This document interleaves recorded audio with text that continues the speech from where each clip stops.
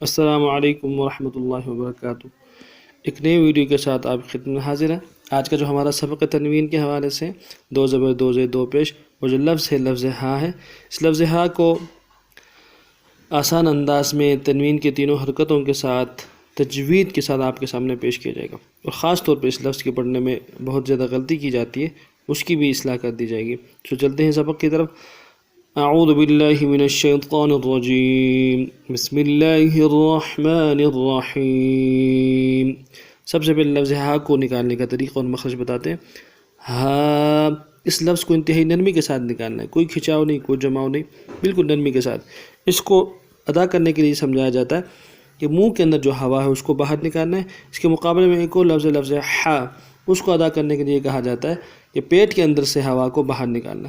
تو یہ لفظ ہا نہ بنے، ہا ہی رکھنا ہے، نرمی کے ساتھ پڑھنا ہے۔ ہا، اب تنوین کے ساتھ پڑھتے ہیں۔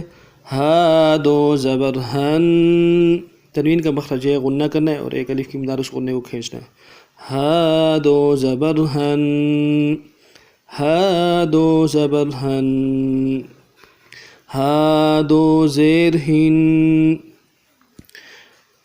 تنوین کے جو زیر ہے اس میں چاہے زیر ہو یا تنوین کے زیر ہو، اس میں آواز کو نیچے دبائیں گے۔ ہا دو زیر ہن، ہا دو زیر ہن، ہا دو پیش ہن۔ پیش میں اور تنوین کے پیش میں